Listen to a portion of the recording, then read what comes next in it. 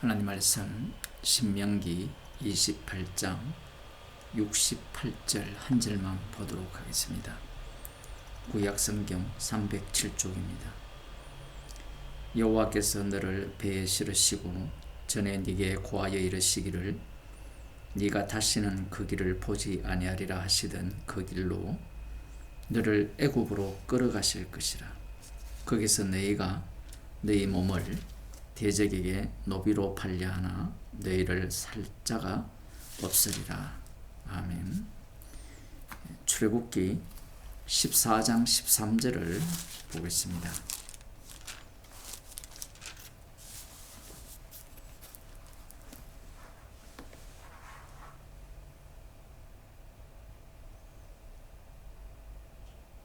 뒤쪽에서는 바로의 군대가 추격해오고 그들의 눈앞에는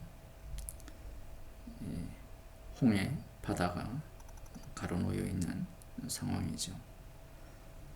10절부터 봅시다. 바로가 가까이 올 때에 이스라엘 자손이 눈을 들어본즉 애굽 사람들이 자기 뒤에 미친지라. 이스라엘 자손이 심히 두려워하여 여호와께 부르짖고 그들이 또 모세에게 이르되 애굽에 매장지가 없으므로 당신이 우리를 이끌어내어 이 광야에서 죽게 하느뇨. 어찌하여 당신이 우리를 애굽에서 이끌어내어 이같이 우리에게 하느뇨. 우리가 애굽에서 당신에게 고한 말이 이것이 아니뇨. 이르기를 우리를 버려두라. 우리가 애굽 사람을 섬길 것이라 하지 아니하더뇨. 애굽 사람을 섬기는 것이 광야에서 죽는 것보다 낫겠노라. 여기에 대해 모세가 백성에게 이르되 너희는 두려워 말고 가만히 서서 여호와께서 오늘날 너희를 위하여 행하시는 구원을 보라. 너희가 오늘 본 애굽 사람을 또 다시는 영원히 보지 못하리라. 여호와께서 너희를 위하여 싸우시리니 너희는 가만히 있을지니라. 13절 본문에서 너희가 오늘 본 애굽 사람을 또 다시는 영원히 보지 못하리라 이렇게 말하고 있죠. 물론 여호와께서 지시하신 말입니다.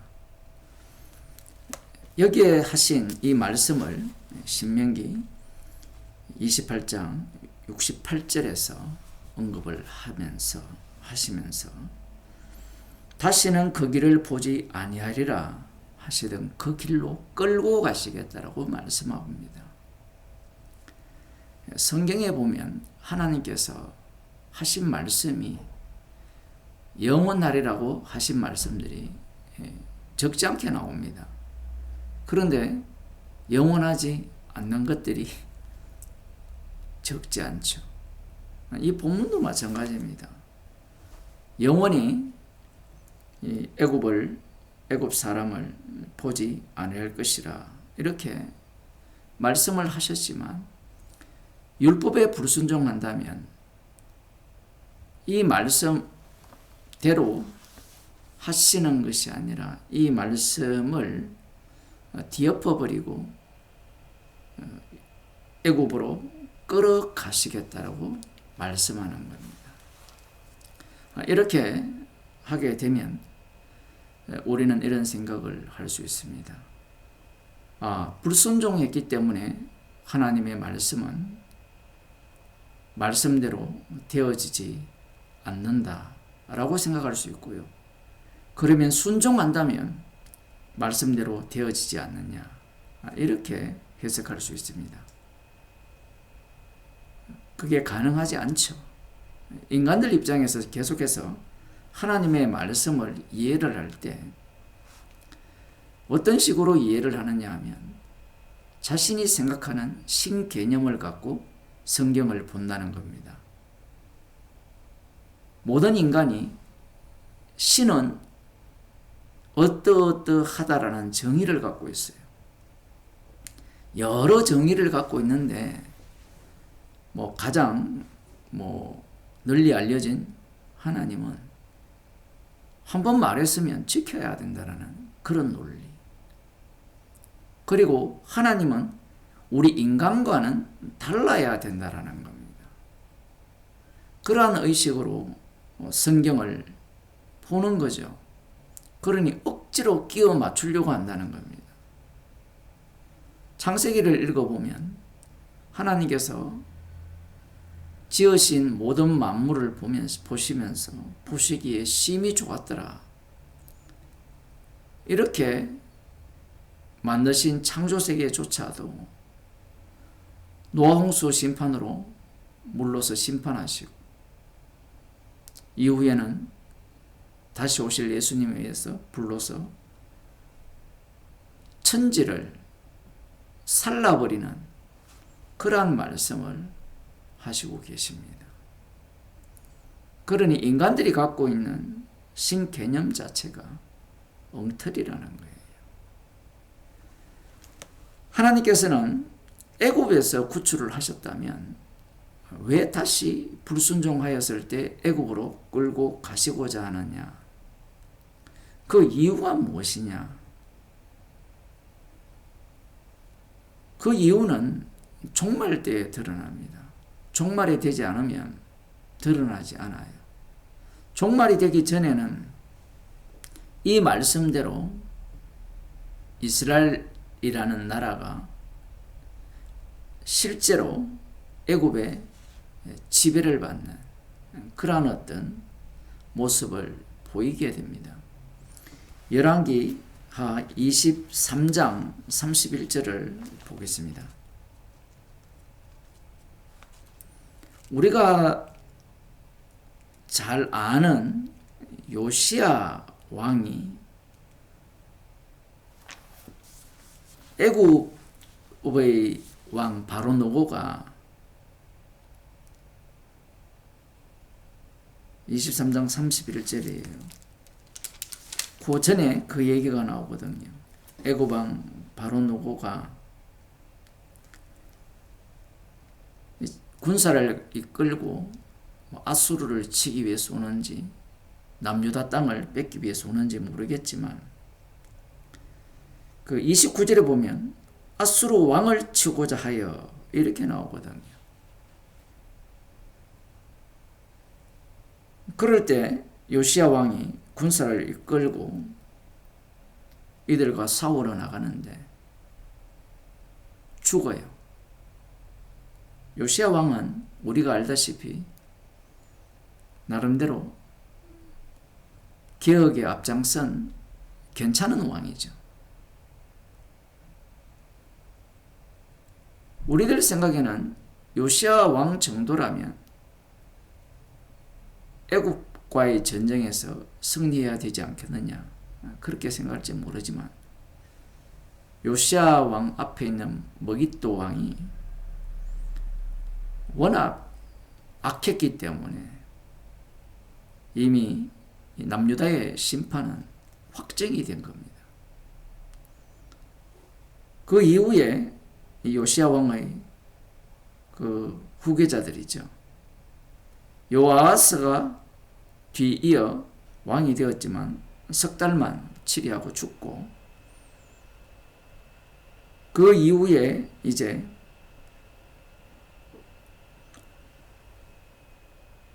33절에 보면 바로 누고가 저를 하맛 땅 림나에 가두어 예루살렘에서 왕이 되지 못하게 하고 또 그 나라로 은 100달란트와 금 1달란트를 벌금으로 내게 하고 바로 누고가 요시야의 아들 엘리야김으로 그 아비 요시야를 대신하여 왕을 삼고 그 이름을 고쳐 여호야김이라 하고 여호아스는 애굽으로 잡아갔더니 저가 거기서 죽으니라.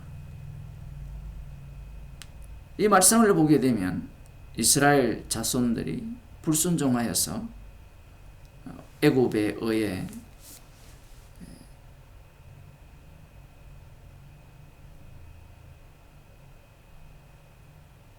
전쟁에서 패하고 왕조차 자기들 마음대로 세워지는 그러한 상황이 벌어진 겁니다. 이후에 또 어떤 일이 발생하느냐 하면 바벨론이 예루살렘 성전을 불살라버리죠. 바벨론이 이 남유다를 쳐서 거의 진멸을 한 상태에서 어떤 사태가 벌어지느냐 하면 거기에 나름대로 하나님을 잘 믿는다라고 하는 아무튼 그런 자들이 등장을 하는데 예레미야 42장 10절을 한번 보겠습니다.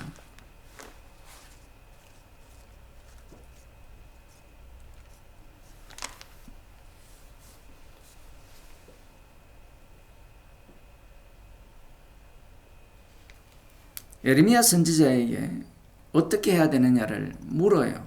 나름대로 힘을 갖고 있는 자들이. 너희가 이 땅에 여전히 거하면 내가 너희를 세우고 헐지 아니하며 너희를 심고 뽑지 아니하리라. 지금 이 상황은 어떤 상황이냐면 바빌론에 의해서 이미 완전히 거의 멸망한 상태입니다. 그러니 바빌론이 두렵죠. 갈대아 사람이 두려운데 이들이 의지할 곳은 애굽입니다. 그러한 어떤 상황이에요. 여기에 대해 예레미야 선지자가 여기에 머물러 있으라고 이야기를 합니다. 만일에 너희들이 이 갈대아 사람들의 지배를 받고 여기에 머물러 있다면 10절에 그 얘기를 하는 거죠. 이 땅에 여전히 거하면 내가 너희를 세우고 헐지 아니하며 너희를 심고 뽑지 아니하리니 이는 내가 너희에게 내린 재앙에 대하여 뜻을 돌이킴이라. 무슨 얘기냐면 비록 지금 바빌론에 의해서 멸망을 당했지만 그들이 두려워서 애굽으로 내려가지 않는다면 여기에 머물러 있다면 하나님께서 뜻을 돌이키겠다라는 겁니다. 패자부활전처럼 말씀하시는 거죠. 그런데 들을까요? 안 들을까요? 안 듣죠. 왜? 현실 때문입니다. 현실의 눈앞에 있는 이 바빌론 갈대아 사람들에 의해서 그들이 멸망을 당했잖아요. 그러니 그들에게 조금 더 안정적인 애굽으로 내려갈 수밖에 없는 겁니다. 여기에 대해 예레미야 선지자가 그렇게 내려가게 된다면 하나님께서 이 유다 땅에 내렸던 칼과 이 기근을 손살같이 따라가게 하겠다라고 말씀을 하시는 거예요. 정말 말씀의 표현이 놀랍습니다. 그들은 살기 위해서 애굽으로 내려갔는데 예루살렘에 내렸던 하나님의 진노의 칼과 그 기근을 그들과 함께 손살같이 따라가게 하여서 그들을 죽일 것이고 결국에는 소수의 사람만이 돌아오게 될 것이라 이렇게 말씀을 하게 됩니다. 소수의 남은 사람들이 왜 돌아오느냐 하면 말씀의 증인이기 때문에 그래요. 말씀대로 이루어졌다라는 그것을 증거하는 증인들로서 아주 적은 사람이 애굽에서 살아서 돌아오게 됩니다. 여기까지만 보게 되면 결국 이 신명기 말씀에 의해서 애굽으로 완전히 간 것은 아니지만 어찌되었든 이들이 불순종함으로 말미암아 하나님이 끌고 애굽으로 내려간 것이 아니라 스스로 애굽으로 내려간 거죠. 가지 말라고 해도. 자, 이렇게 되면 이제 예수님 당시가 되면 이 신명기 28장에 대한 말씀을 어떻게 해석을 할 것이냐라는 거죠. 하나님께서 끌고 가실 거냐 아니면 스스로 내려갈 거냐 이 문제에 대해서 해석을 하겠죠. 가장 무난한 해석은 이런 겁니다. 율법대로 살면 돼요. 말씀대로 살아가면 애굽으로 끌려갈 일도 없고 자원해서 애굽에 들어가서 살 일도 없다라는 겁니다. 그런데 문제가 무엇이냐면 마태복음 2장 13절을 보겠습니다. 마태복음 2장 13절을 보면 예수님께서 이 땅에 오셨을 때 이 헤롯 왕이 예수님을 죽이려고 합니다. 우리들은 헤롯 왕이 에돔 사람이고 메시아도 기다리지 않으니까 이스라엘과 별 상관이 없는 사람이라 이렇게 생각할지 모르지만 헤롯 왕을 대표로 하는 남은 자 유대인이 어떠한 짓을 하느냐라는 거예요. 유대인의 왕으로 나신 이가 어디 계시뇨? 라는 이 질문에 대해서 헤롯 왕과 온 예루살렘이 듣고 소동했다라고 하죠. 난리가 난 거죠.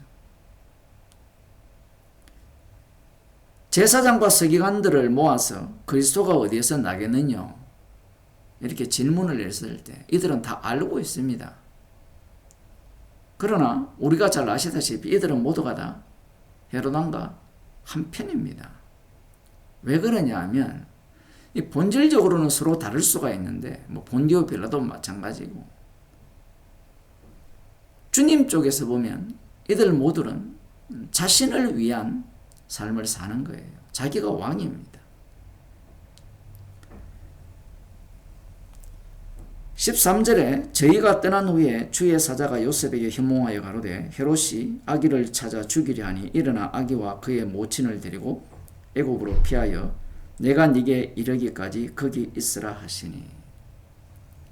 이 신명기 28장에 의하면 불순종하면 애굽으로 끌고 가겠다라고 하셨거든요.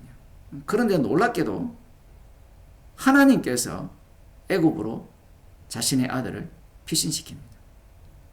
하나님이 애굽으로 내려가는 거예요. 하나님께서 애굽으로 내려가 버리면, 예수님이 애굽으로 내려가 버리면 상황은 어떤 식으로 바뀌어 버리냐 하면 지금 예루살렘 자체도 애굽이 되어 버리죠. 지금 호세아서 예언을 이렇게 말씀합니다. 애굽에서 내 아들을 불렀다. 어디가 애굽이 있냐? 라고 하면 출애굽기에 의하면 물리적 지리적 지역이 애굽이죠. 애굽에서 내 아들을 부른 거죠. 그러면 이걸 이 말씀을 그대로 적용시킨다면 애굽에서 예수님을 불렀다. 이런 의미가 되잖아요. 말씀이 되게 어렵습니다만 예루살렘도 애굽이 되고요. 예수님은 애굽으로 가는 겁니다. 애굽으로 예수님이 들어가셔야 되죠. 신명기 28장에 나오는 이 애굽으로 다시 돌려보내는 이유가 뭐냐 하면 약속의 자손들이 남은 자들이 결국 예수님을 핍박하고 죽인다라는 겁니다. 그 자리로 예수님이 들어가시는 거예요. 결국 자기 땅인데 그 자기 땅이 어떤 곳이 되었느냐 하면 애굽이 된 겁니다. 그 애굽 속으로 예수님께서 들어가셔서 그들에게 죽임을 당하시고 죽임 당하신 그분이 부활하셔서 심판주가 되시는 겁니다. 이것을 위해서 이스라엘을 만든 겁니다. 사람들의 관심은 십자가 지신 예수님께 있는 게 아니에요. 사람들의 관심은 십자가 지신 예수님을 이용하는 데 있습니다. 하지만 신명기 28장의 말씀과 그 다음 에레미야의 말씀과 열왕기하의 말씀 그리고 마태복음 2장의 말씀을 다 연결해 보면 성경은 십자가 지신 예수 그리스도를 증거하는 말씀이라는 거예요. 팀켈러라는 목사님이 성경을 예수 그리스도 중심으로 해석해야 된다라고 이야기를 해요. 말은 다 맞죠. 예수 그리스도 중심으로 모든 본문을 예수님과 연결해서 해석을 해야 된다. 들어보면 다 맞아요. 그런데 예수가 그리스도잖아요. 예수님이 그리스도가 되려면 자기 백성에 의해서 십자가에 못 박혀 죽으셔야 됩니다. 그러면 모든 성경은 예수 그리스도를 전가하는 것인데 그것을 실질적으로 드러내려면 십자가를 이야기를 해야 돼요. 그런데 십자가 중심으로 설교를 한다든가 십자가를 이야기하게 된다면 인간에게 희망이 없습니다. 새로운 공동체에게도 희망이 없어요. 십자가를 이용을 해서 구원용으로 사용을 하고 예수님의 성품이라든가 예수님이 가르치신 산상설교 그 말씀이 이루어지는 공동체, 사회 그러한 것들에 관심을 두게 하는 거죠. 이것이 유대인들이 꿈꾸던 메시아 왕국이에요. 이들에 의해서 예수님이 살해를 당한 겁니다. 애굽에서 내 아들을 불렀다 하심으로 말미암아 모든 세상은 애굽이에요. 십자가로 예수님께서 다 이루셨다라고 하셨기 때문에 이 세상은 십자가에서 다 이루신 십자가의 완료성을 증가하는 죄만 드러나는 현장이 되는 겁니다. 인간들은 십자가를 이용하여서 새로운 천국과 새로운 공동체와 새로운 사회를 꿈꾸고 있는데 예수님은 십자가에 달려 돌아가셨어요. 그들의 문제가 무엇이냐 하면 유대인들의 문제죠. 메시아 왕국이 이 땅에서는 십자가로 드러난다는 사실입니다. 오늘날 교회에는 십자가를 제거하죠. 십자가를 제거하고 신명기를 보더라도 교훈적으로 보게 되고 애굽에서 내 아들을 불렀다 해도 인간들의 관심은 예수님을 인간 구원을 위한 십자가 지시는 분 그러한 식으로 해석을 하는 겁니다. 이 세상은 온 우주 만물은 십자가에 피 흘리신 예수 그리스도를 전가하기 위해서 만들어졌습니다. 기도하겠습니다.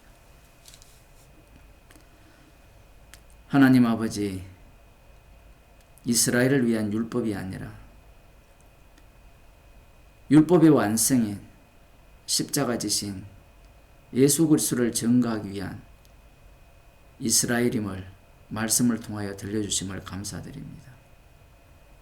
주님의 십자가의 피로 새로운 피조물로 저희들을 창조하셨기에 주님의 피 흘리신 공로만을 자랑하는 주의 백성이 되게 하여 주옵소서. 예수님의 이름으로 기도드리옵나이다.